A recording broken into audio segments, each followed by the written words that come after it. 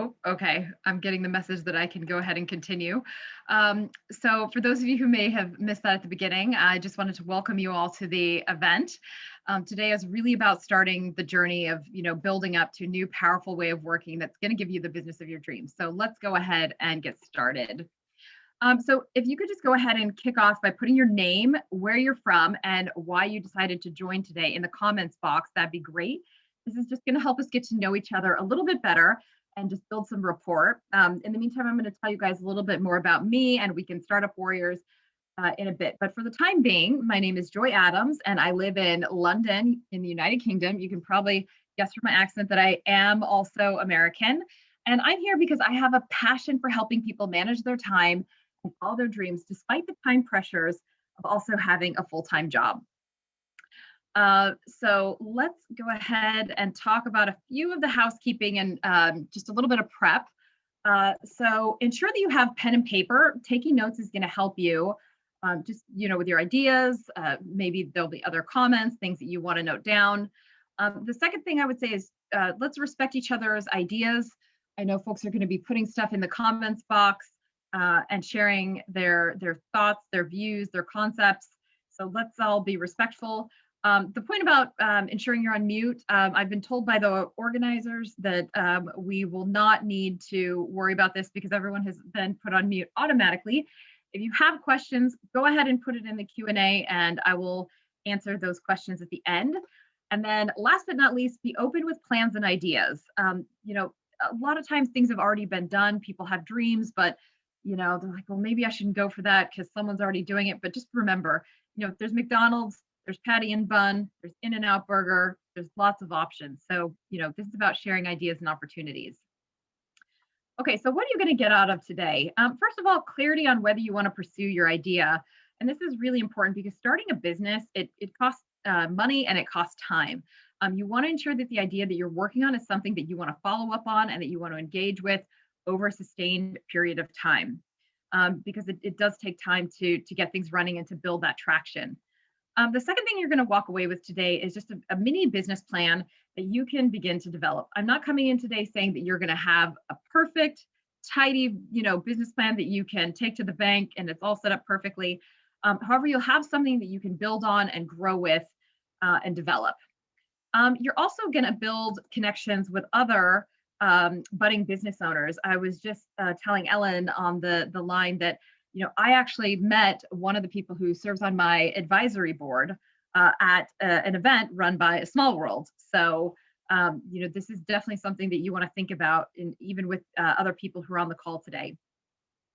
The next thing I wanted to talk about is we do have co-working days. I won't touch on that too much during the presentation, but we do have events where you can engage in person to work on your business. And then just some details on further resources to help support your growth. Okay, so what is the plan for the next 60 minutes? I'm going to take you through a business model canvas. I really want you to think about this alongside me. Usually I do this session as like a 90-minute session, and it's done with other people so that you can share business ideas. But because we only have an hour this evening, we won't be doing the group sessions. But that is something that I would definitely encourage you to, reach out to the community to think about. Okay, so 5 minutes introduction, we're going to do 50 minutes to run through the planning, and then we'll have 5 minutes at the end for connecting and next steps. Okay, so why me? Well, I started We Can Startup Warriors because I know how hard it is to start a business if you also have a full-time job. I have a background in economic development. I've worked for a local government in the Bay Area for several years. I've done a number of incubators and accelerator programs, and I've raised over 75,000 euros in startup funds for one of my business ideas. I have prior entrepreneurial service, and yes, I also have a degree from Harvard, which is where I studied economic development. So I really wanted to take everything that I've learned and share it with you guys today. I know that you guys have dreams and goals, and my aim is that you're going to walk away in the next hour with a plan to start executing on those ideas. Okay, so you're probably asking what a weekend startup warrior is. You know what we do. We really focus on helping early stage businesses. We want to help people during those off hours.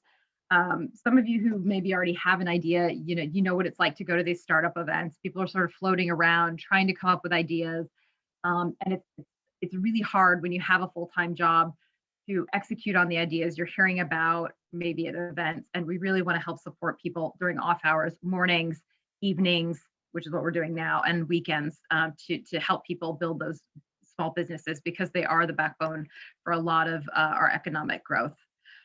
Okay. Okay, so let's go ahead and get started. I'm really pumped for this session. And if you're ready and excited about this as well, just go ahead and type yes in the chat. Welcome to Ruben from Amsterdam.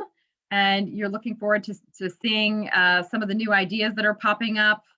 For those of you who maybe joined a little bit later, feel free to still go ahead and put in your comments and your thoughts, and let's go ahead and get ready to go. Okay, how did this all start? If you are someone who's very creative, you've been thinking about having a business thinking about doing a business for a while, you probably have loads of ideas. And for me, it all really sort of started with this little book. I got this free notebook somewhere, and this is where I'd always collect my ideas. And, you know, I eventually just started to write them down, and I didn't really know what to do with all of them. And if you have an experience that makes you think about a product or a key idea, you want to keep track of that. The reason you're probably here today is that you probably have loads of ideas rummaging around in your head, and you've had them rummaging around for so long that you've finally decided to do something about that. So if you're one of those people who's had ideas rummaging around in your head, just put a yes in the comments box. I would put a yes in there, for myself, because I have definitely found myself like that. I still have ideas that pop up, even though I have a business. I think it's just natural if you're creative. But the honest to goodness reality is that ideas are amazing. I would just look at that book, and sometimes I would feel a little bit sad. Why? Because all the ideas were in there and they just wanted to get out. They wanted to be seen. They wanted to be heard. They wanted to live their lives. And those of you who really like books by Elizabeth Gilbert, she wrote the book that was famous and became a movie called Eat, Pray, Love. She wrote a great book called Big Magic that I absolutely love. I would really recommend that book to anyone. And she says that your ideas are kind of like fairies that you have to let out of a cage. And I decided that that's what I wanted to do with my ideas. And, it's what you have decided to do with your ideas tonight, which is really exciting.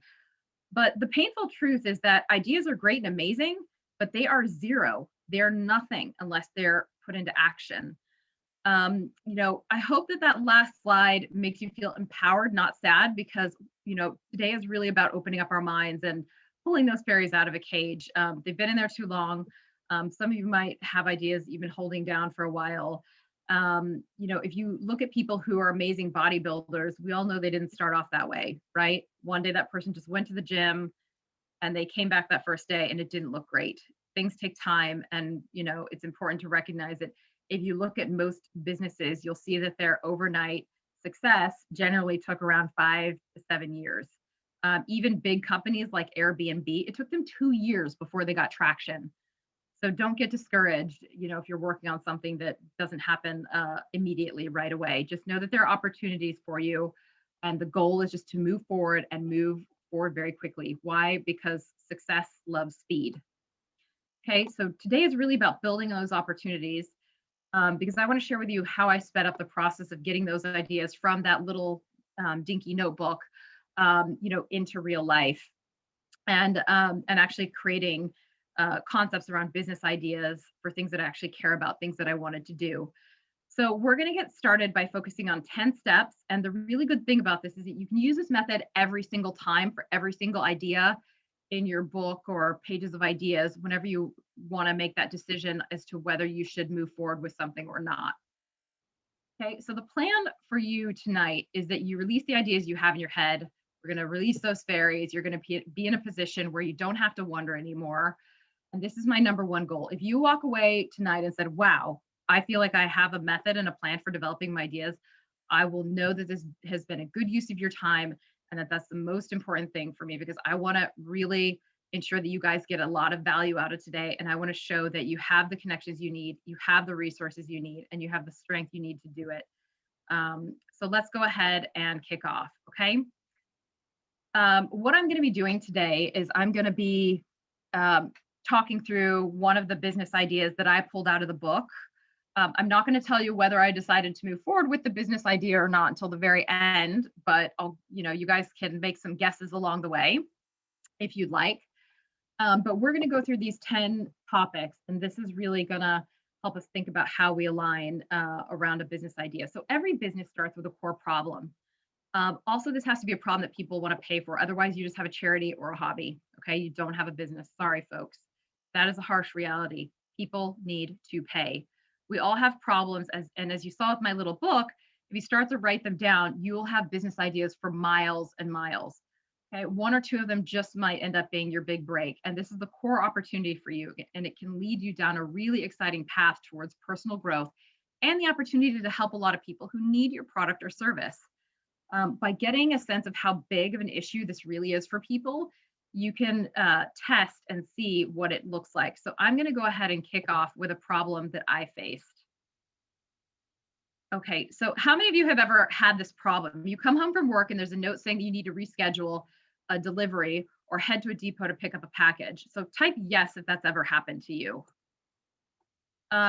Maybe your neighbor stares at you suspiciously while asking whether one of their packages has gone missing. I know that's happened to me. Has that ever happened to anybody? I'm getting a couple of yeses here. Johan, Ruben, yes, yes. Gilles, yes, okay. Or maybe you were home all along, you stayed home all day, but somehow the package delivery company sent you a note saying that you weren't home and no one opened the door. Type yes if that has happened to you. I mean, I could go on and on. Maybe your company has new security rules, so you can't get packages delivered to the office. Yeah, too often, yes, it happens. So maybe you have a kid at home and your neighbor has said it's okay to deliver, has said that the package company can deliver to you without asking you, and now the doorbell is going off and it's waking up your kid. They want to deliver to a local convenience store, but you need the swimsuit you ordered and it can't be picked up before your 6 a.m. flight leaves. Okay, so these are real problems out there, and maybe many of you have experienced them as well. Of course, when I had this problem, I had to step back and realize that this is not a problem for everyone. Okay, most of the time I got my packages because I have a lobby. And I rarely, if ever, have been the victim of porch pirates. For those of you who have never heard of this term, a porch pirate is someone who follows a UPS or DPD van, and they canvass neighborhoods looking for packages to steal so they can sell the items. So when I was thinking about this package problem, I liked my idea, but it would only help me some of the time, and I didn't know if the problem was big enough. So basically, if this is a problem for only a small number of people who don't want to pay anything, then the concept won't make money. So I needed to see whether this was enough of an issue for me to be able to make money and help people. So I started doing my homework, and it turned out that it was a big issue, not only for people like me who were looking for a way to get their packages on time. It was a massive issue for the delivery companies as well. So when a package went missing, it hurt them as well as the vendors they worked with. Can you imagine being a small jewelry designer and having 10 packages go missing every year? It would hurt your reputation with your customers. Maybe a crucial gift would go missing, maybe an engagement, a birthday ring. You might even switch to a new delivery company. Now I knew that there was an even bigger market out there looking for help with delivery. So when you have a big issue that a lot of people or companies want to solve, this is a very good thing. And you can see here, there's some stats that I found. It's a $1.6 billion issue. 12% of deliveries fail the first time. Failure to find a safe space accounts for 50% of the missed deliveries. And the average value of a package that goes missing is 147 pounds. That's, for those of you in dollars, I think it's probably like close to 200 bucks. So you're probably wondering where I got all this information. So I started with some simple Google searches. Oftentimes a news article would mention a report or an expert, and I would note them down and I would look into their research or find other info or solutions about like competitors. So this is why having a notebook is crucial. It allows you to put your information into the right sections as you work on an idea. You might even just want to have one business idea per page where you write down like, is this actually even a problem, right? And this is something that you can do while you're in your pajamas or watching TV, during a commercial break. I found that once I went down the rabbit hole, it was easier and easier to get the data I needed. Um, and we'll take a look at this more. But if you don't have if you already have a problem that you're trying to solve, I asked you to get a pen and paper earlier. Go ahead and write down a problem. Even if you don't like have a business idea right now, write down one thing that just like annoyed the heck out of you. Maybe it was like a loud slamming door, or you tripped over something. Just write down one problem that you have, because I want you to go through this process with me and think about how it might apply to your own business or an idea that you have right now. So I'm going to give you just a couple seconds. Write down a problem. Okay, great. Okay, so we got through that. So next we're going to talk about solutions. So the solution section is really how we're going to solve the problem and what solutions are already out there in the market. Just because someone else has a similar company doesn't mean you can't start your own. As I mentioned earlier, think about McDonald's. It didn't stop Burger King, Wendy's, In-N-Out, Hardee's, Patty and Bun, or any other company that starts a restaurant that sells burgers, which is a lot of them. That just meant that there was a lot of demand for a quick burger to eat, and that different people had different preferences, and that there was a lot of opportunity for everyone. Do not be discouraged by competition.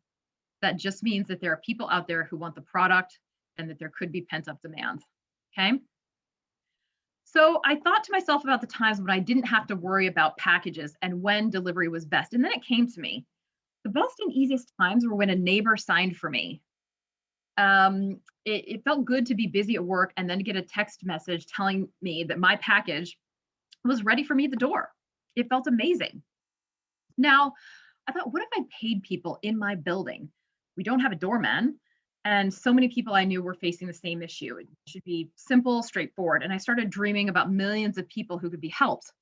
Elderly people and stay-at-home parents could generate an income by being at home.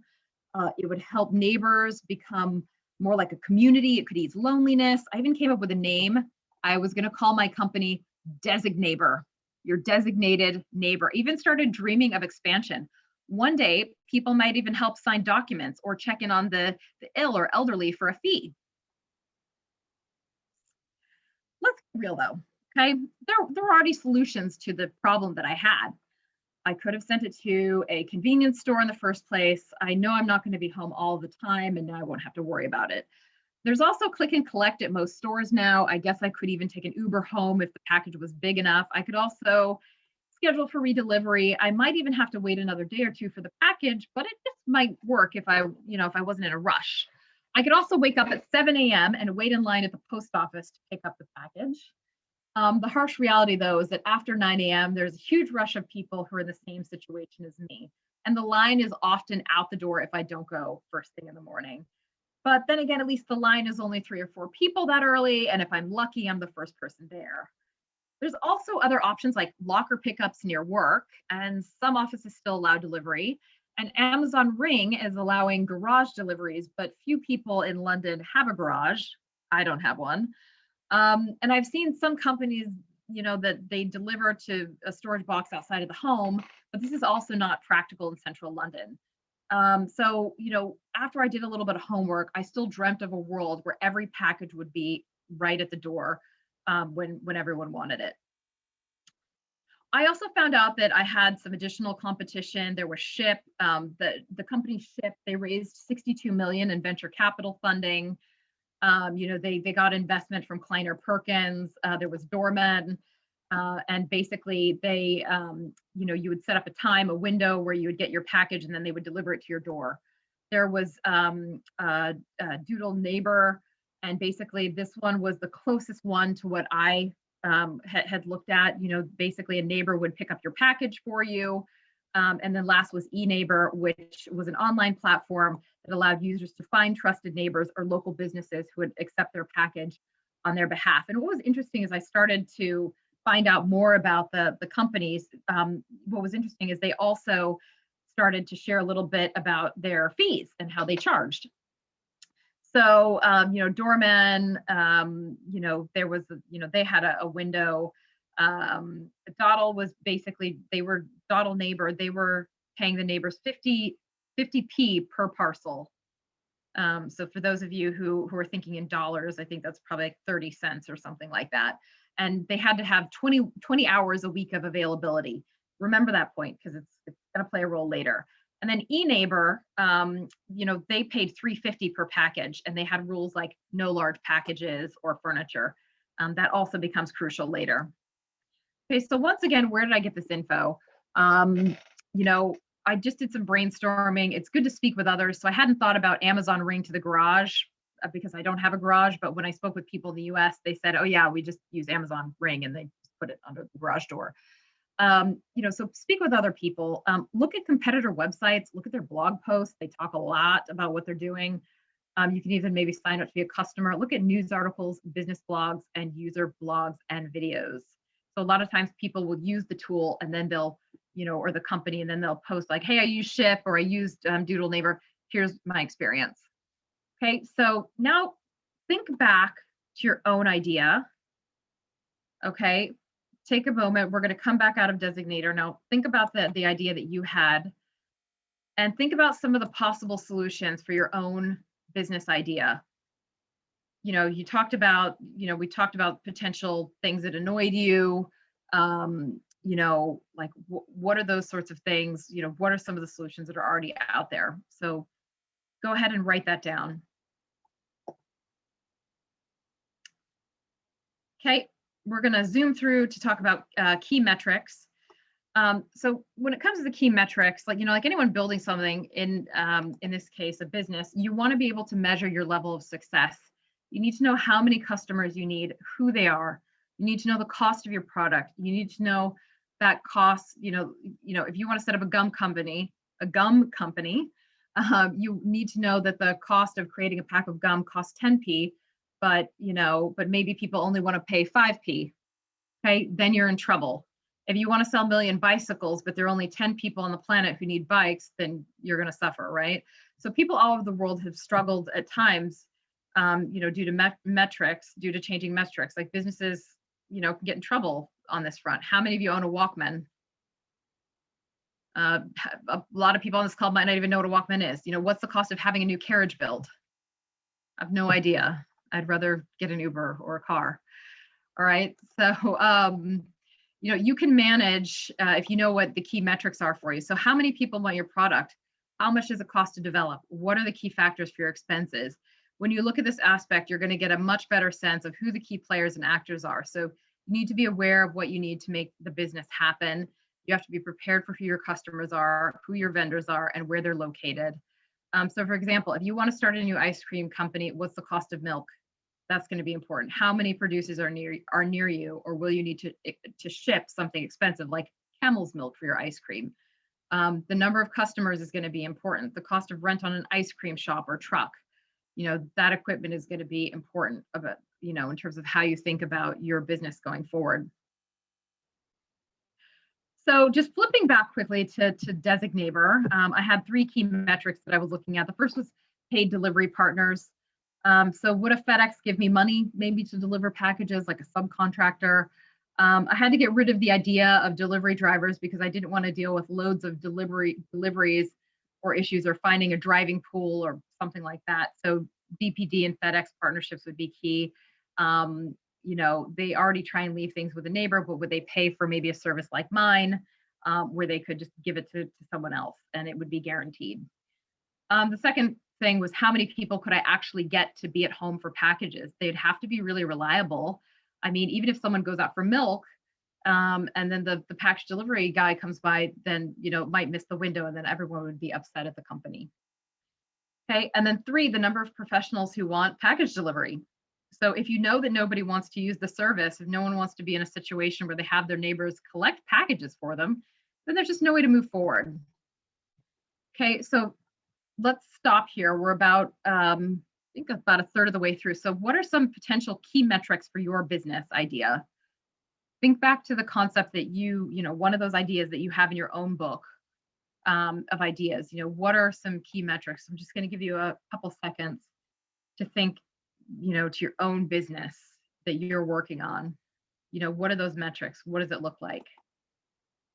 Okay. we're going to jump to the next section on the unique value proposition. Okay, so in marketing, this is called a USP, or unique selling proposition, or unique selling point.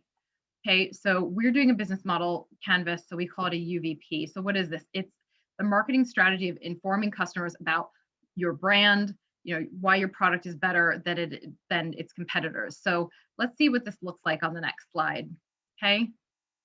Like I said before, it's the service gap between what your customer needs and cares about. This is their problem, that they're paying you to solve, and it's, and they have an issue that they want you to fix for them. So what do you do really well that your competition does not do well? There are a lot of products in a store and we see different prices, but they have a very different impact on us. Let's take a look at a couple of examples regarding unique value proposition and how it pays out in real life. So this first one is, I was having lunch with a friend who works for an investment company, and she was working with a founder who started a company that's sort of like ZipJet. For those of you who are not familiar with the company, they do dry cleaning delivery, and they work with dry cleaning companies. So they'll pick up your dry cleaning from your home, they'll take it and have it cleaned, and then they'll bring it back to you. So it's a really great service. And she knew that there was already a big player in the market. So she knew she needed a unique value proposition.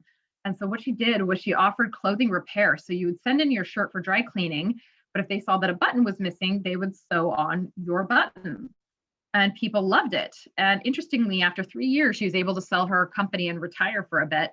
But sadly, the company that bought her business didn't have the same level of service. So all those people who really liked the fact that their buttons were being sewn on and that little threads were being cut off and stuff, they had to go out and find a new vendor because the newer, bigger company didn't want to continue that service. So just remember that there's always going to be products that people love that maybe other people aren't offering because it costs too much or it doesn't work in that area. So many times, think about how many times have you enjoyed a certain type of food or beverage or a makeup product or a shoe style, and then the product goes out of stock, or the food is no longer being offered on the menu. It's really annoying sometimes, right? So there are whole companies and websites that exist just to sell vintage clothes or recreate out of stock beauty products. So there's always going to be something out there. People need a range of products and services, right? So, look at these diapers. If you say, well, I sell diapers, okay. You can see very clearly here, one is for adults and one is for babies. If you take this a step further, you can see that the baby, the baby diaper says the big, the great cloth diaper change. Okay, so even within that, the market of diapers, some people want cloth, some people are happy with the ones that just can be thrown away. Some people are okay with throwing them away, but they need to know they're biodegradable because they care about the environment. So start thinking about what the unique value proposition is going to be for your business idea. And I thought about this with Designabor as well. There were a couple of things that I thought about. It helps people make money. It's fair to neighbors. You stop the porch pirates. There's more trust, and you get everything to your door quickly and easily. Okay, so take a quick second for your own business idea that you are working on, and put down the unique value proposition for your business concept. Okay. So we're going to jump right to the next one. I know we're speeding through, but for those of you who've really been going all the way through, like, great job. Continuing to write down your ideas and really getting that pen to paper. Okay, so the next thing is unfair advantage, and what that is, it's something that can't be easily copied or bought by your competitors. Okay, think about how sticky your product is. Is what you're offering into the market something that people are going to get addicted to and stick with? As you saw with the lady who did the ZipJet type company, that also sewed on people's buttons. They really liked that service, and they were sticking, with her company rather than a bigger competitor because of that extra level of service. It was very sticky. It helped them. At the end of the day, if a product is sticky, it has an unfair advantage. Maybe there's like a patent or something like that. It's what's going to be in front of you. Okay. How many of you have used any of these companies recently?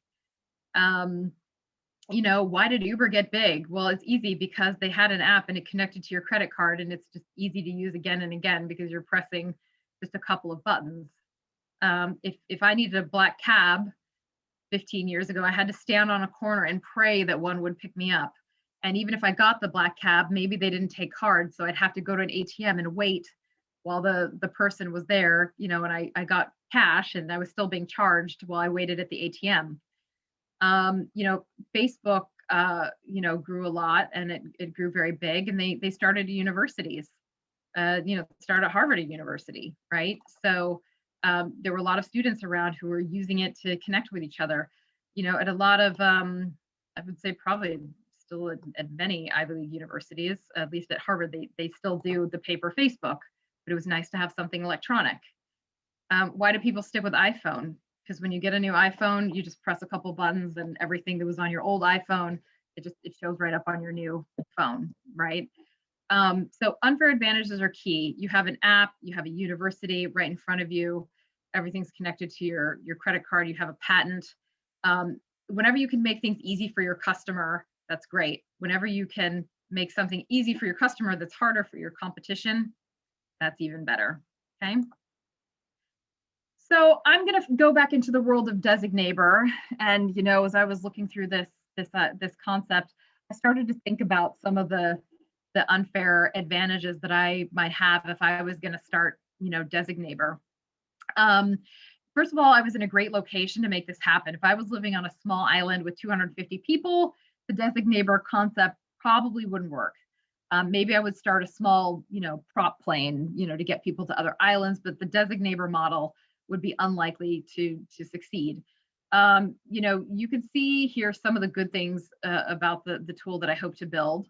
It's a big city, people want this, but at the same time, there are enough people working from home. Well, now, obviously, everyone's working from home, but at the time, there were enough people who are working from home or at home who might be able to get packages. And if you're in a big city, it's very hard to just leave a package on the stoop. There's very few places to leave packages that are, that are safe. Okay, so stop for a second now. We're going to think of what is your unfair advantage for your personal business idea. Everyone here, came today to think about how they're going to put together their business idea or their concept. So what is your unfair advantage? Okay. Just give you a second to put that into your notebook for your idea. Okay, we're going to go ahead and switch to the next topic on the list, which is channel. And this is really about how you're going to communicate with your audience. So this is crucial because it will determine how you spend your money. Oftentimes people are like, I want to start a business, so they rush out and they get it registered, and they do all this stuff, and they get a website and they're struggling. The reality is, to build a business, you don't need a website. There are many people who make a lot of money just from Instagram or TikTok pages. From their LinkedIn contacts, that's how they find people for their consulting. Your channels are really important, and you really have to know your customer base to understand how to engage with them. And, this entire process we've been going through today is really about helping you understand whether the idea is something that you want to move forward with in the first place, before you register anything, before you spend loads of money on a site. And hours watching YouTube videos on how to improve your social media. The first thing is understanding whether the idea is the right one. And channels are really important because they help you determine whether people are interested in your concept. Okay. So, for example, let's say you had a business, you're advertising on the underground. How do you think those advertisements are probably doing right now? Probably depends on the type of business you have. There are very few people. There are more people on the tube now, but not as many as in the past. What if you were advertising in the Metro morning newspaper? That might not really be the way to go. What if you're advertising to a demographic who, is in their 50s, and you are, showing your product to them on Instagram? It might not really work because there's a mismatch of alignment. So I'm going to take you through some examples from what I saw from my competitors when I was thinking about Designator and how that played out. So this is a screenshot from one of the videos from Doodle Neighbor. So they actually did a video where they had a day in the life of a Doodle Neighbor. And she had a handheld camera and she showed how she did her activity. So if you're starting with a product, it's important to make it very clear to people what is going to happen. So when you signed up for this session, it was probably very clear, right? You got an email, you saw this on the ASMALLWORLD site, it highlighted the date, the time, and everything. And that's a channel, right? So, I know, for example, that ASMALLWORLD has a lot of people who are energetic, who are interested in business. And so this is one of my channels. Okay. So when I thought about Designator, I was looking at, what the competitors were doing.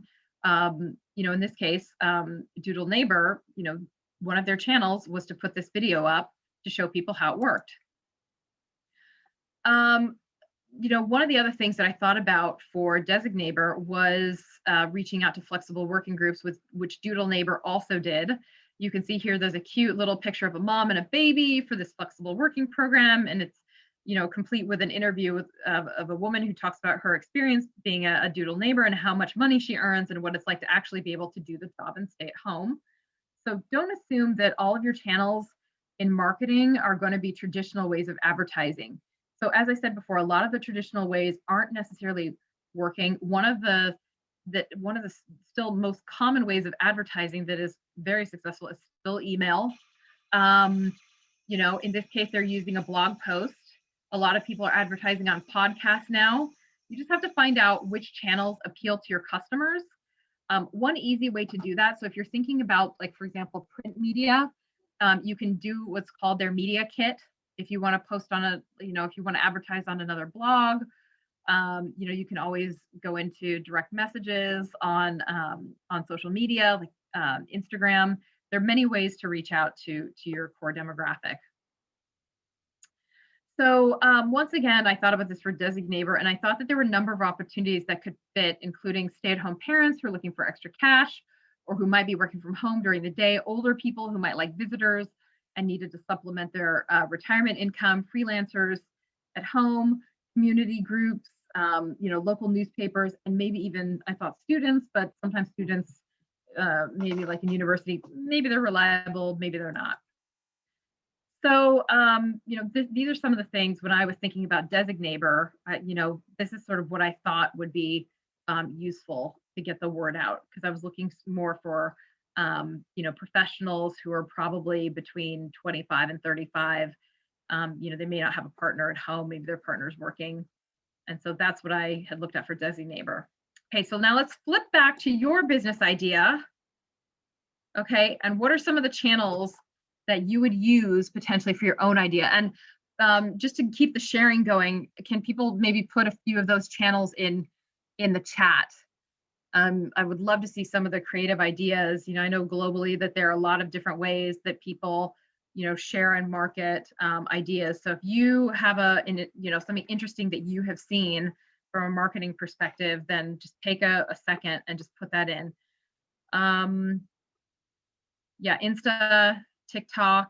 Yeah, TikTok is really getting big. LinkedIn. Yes, LinkedIn's going to conferences. That's also good. I was actually just the other day, someone was talking about how they found conferences to be one of the biggest boosts actually for their business, because they got a lot of, just even by talking to people and handing out cards, they got a lot of business that way. Great. Thanks, guys.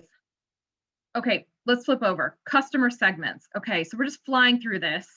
So is everyone still with me now? Just put in a quick yes if you feel like you're moving in the right direction with your business. Johan, thank you. Yes, Patrick, awesome. Great, guys. Okay, so this next section is all about customer segments, and your customer segment area is really focused on ensuring that you know who your customer is and what they need. I've worked in marketing communications in the past, and one of the things that we would always say to remind ourselves, and please remember this as well, we are not our target market. I'm going to repeat that. We are not our target market. And literally what that means is that sometimes you have a product and an idea, but you're not actually the one who's going to be buying it. I was actually just this morning talking with an investor, and she said that one thing she never does, she never invests in teams who come to her, if it's like all guys selling a product for like women, but there are no women in it, and they haven't run it by any women, then she's like, I always get very suspicious. If you're a young person creating a product for older people, but you haven't reached out to older people to talk about the product, like, do you know? Have you tested this? So that doesn't mean that just because you're not in that market that you can't get into it. Think about Oscar de la Renta, Ralph Lauren. They're both male designers who make very impressive clothes. Well, obviously Oscar de la Renta has passed away, but they make amazing clothes for women, right? So you have to talk to individuals and ensure that they're happy. That's going to be important. It's really important to know that you know who you're selling to. And that's going to be crucial for sections 8 and 9, where we're going to talk about cost structure and revenue streams.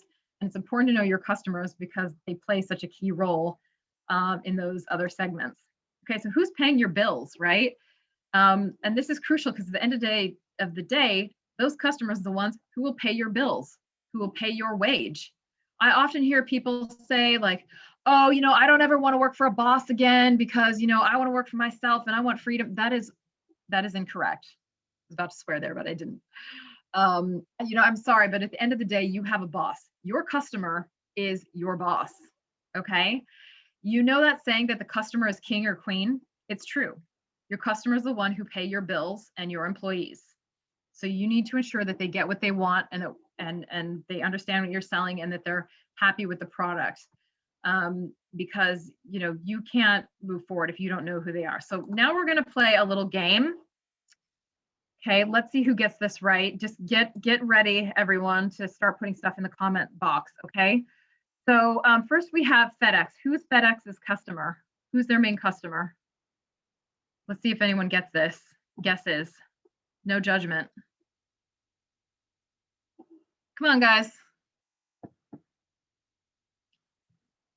Any guess, even just one guess. Airports, providers, the final customer buys product. Okay.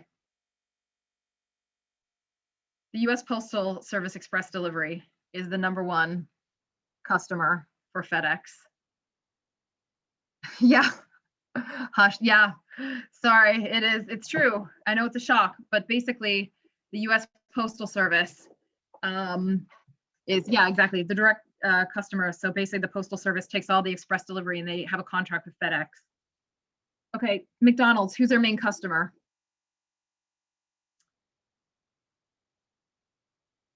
McDonald's, who's their main customer? Get some more guesses. Children. Too many burgers, too many kids with burgers and fries. Moms, okay, see that? Ruben Johan. Anyone else? Going once, going twice. Rent from franchise owners. So McDonald's, I don't know if everyone realizes, but McDonald's is actually a real estate company.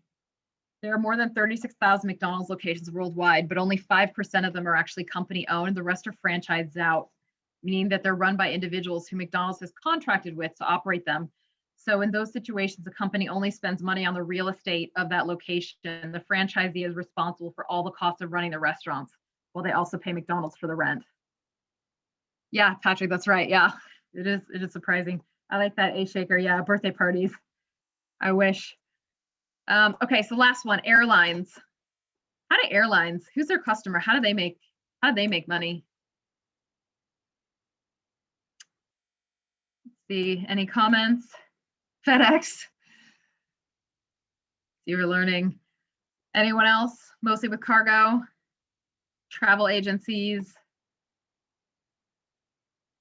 Okay, so it's a common misconception that airlines like, BA, rather than the low cost carriers such as Ryanair make their money. They make their money. I think people often assume they make their money selling the economy seats. The actual fact is that most of the income for the airlines comes from their premium seats, such as first and business class. So on average, around 2/3 of any business, like of any airline's revenue comes from passengers in first, business, or premium economy. So now you know why your seats are getting smaller and smaller over time. So thanks for indulging me in that little game, everyone. I want to keep everyone I want to keep everyone going because yes, it is super interesting, Patrick. It almost feels crazy. So, going back really quickly to the designator concept. Okay. I thought about my customer and I really thought about busy professionals, who just are too busy. I thought about shipping companies and, because they need cost savings, they need a reliable way, for packages to get where they need to. And then I also thought about corporates, that maybe corporate offices, because they don't want, random employee packages coming to the office, that maybe they would have this as a perk for busy members of staff. So take and write down some of your customer segments. Okay, so you guys are working on your own business concept during the course of this call. I told you guys we're going to walk away in an hour, with a basic blueprint. We've got about 10 slides left. Actually maybe like 10, 15 that I'm going to zoom through. So just write down your customer segments. We're going to get through these last couple of sections. So now we're going to talk about cost structure. So what does it cost to run your business over the long haul if you want to, do something? Okay, so at the end of the day, your numbers have to add up. If you have a really good product, but it's too expensive for everyone or no one wants to buy it, well, then you've got a problem. So let's take the example of electric cars, right?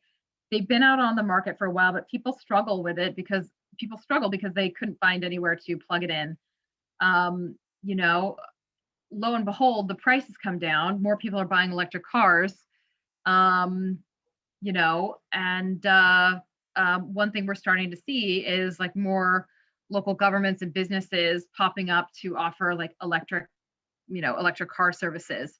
At the end of the day, you have to think your product, you have to think about your market, you have to ensure that the numbers add up, that people can pay.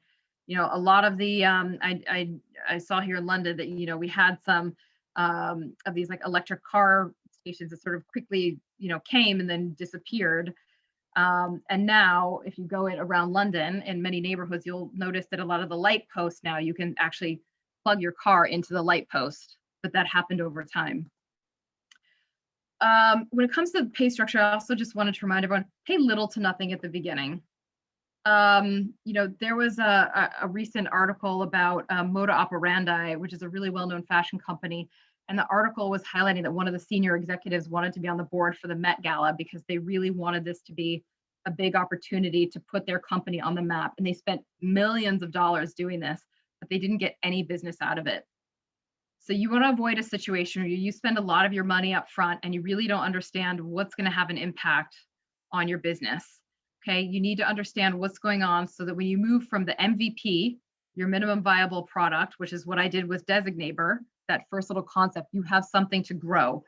If you want a beverage company, you can start out with a little stand at the farmer's market.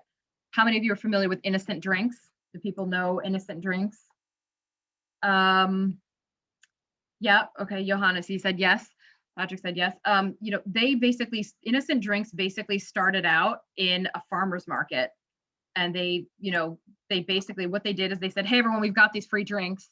And they had people drink it. And then if people liked the drink, they had them put it in the yes trash can. If they didn't like it, then they would put the drink in the no trash can.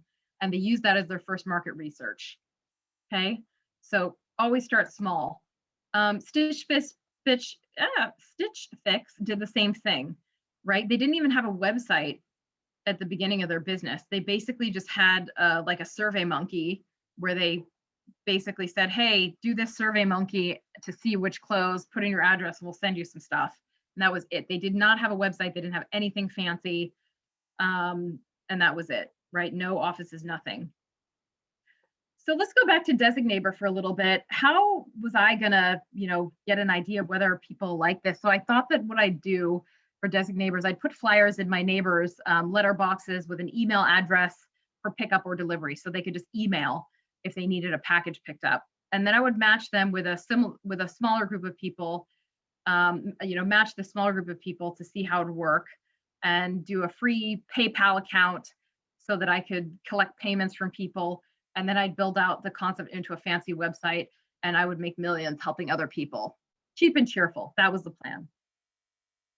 Okay, so as we mentioned, the website. I knew that down the line I would need like a tech team for a website. I would need a coder. I'd probably have to pay more money to get a site so that I wouldn't have to do everything by hand.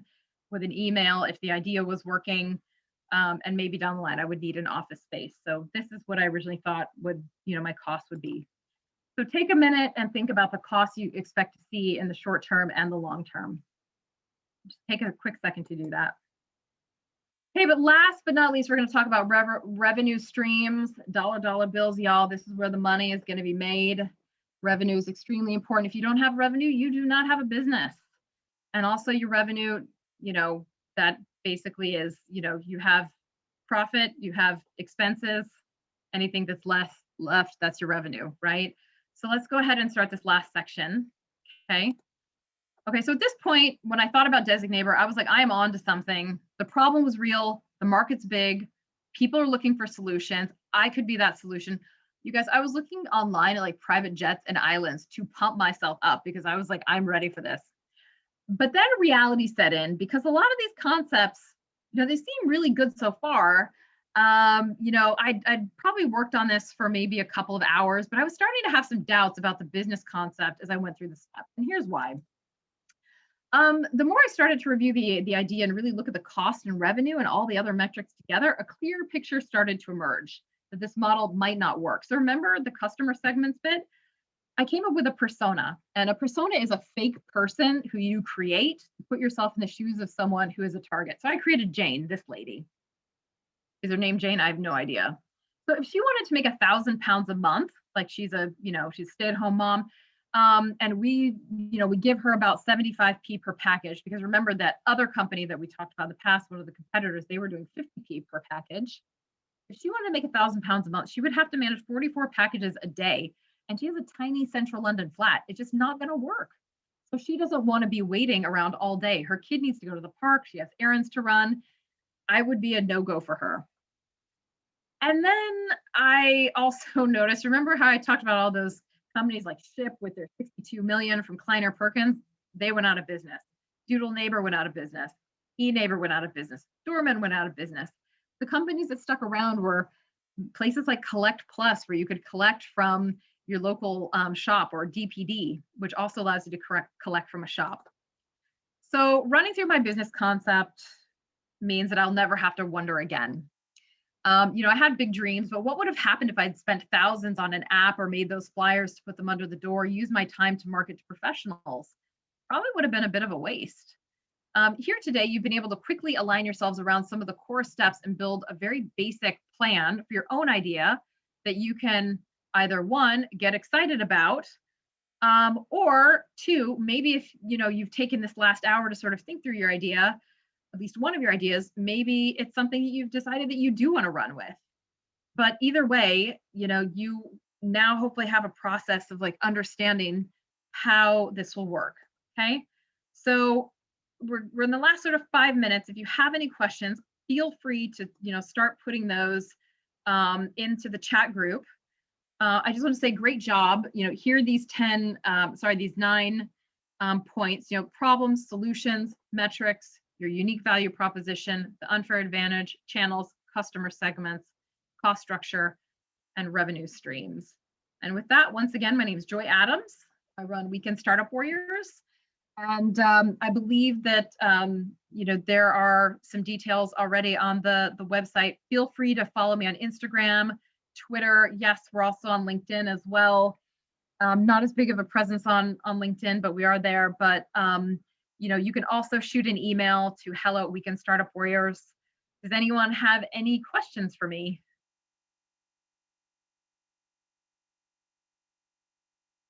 Yeah, the persona. Yeah, Johan, you're absolutely right. A persona is a very handy tool because, that whole point about, we are not our target market.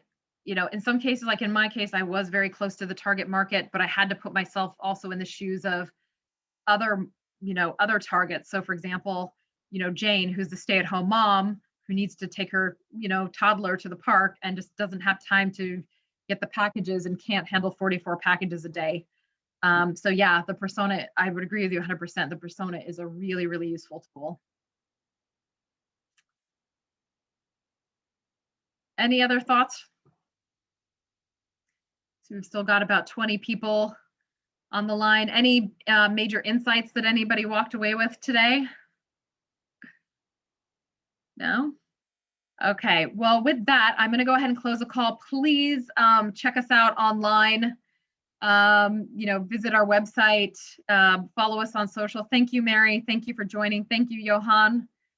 Thank you so much, Ruben. Thank you, A. Shanker. Thanks, Patrick. Really appreciate it. Martin, thank you.